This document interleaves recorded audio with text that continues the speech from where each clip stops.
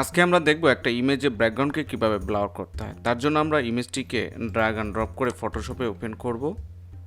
দেন image লেয়ারটি select থাকা অবস্থায় মাউসের রাইট বাটন ক্লিক করে আমরা কনভার্ট টু স্মার্ট অবজেক্ট করে নিব।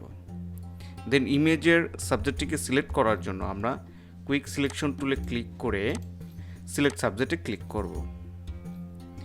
দেন সাবজেক্টটিকে সিলেক্ট করার পরে আমরা এটিকে ইনভার্স করতে হবে। তার জন্য আমরা সিলেক্ট মেনুতে ক্লিক করে ইনভার্সে ক্লিক করব। দেন আমরা এটিকে ব্লার ইফেক্ট অ্যাপ্লাই করার জন্য ফিল্টার মেনুতে ক্লিক করে ব্লারে ক্লিক করে গাউসিয়ান ব্লারে ক্লিক করব। এরপর আমরা রেডিয়াস পরিমাণ মতো বাড়িয়ে আমরা ওকেতে ক্লিক করব।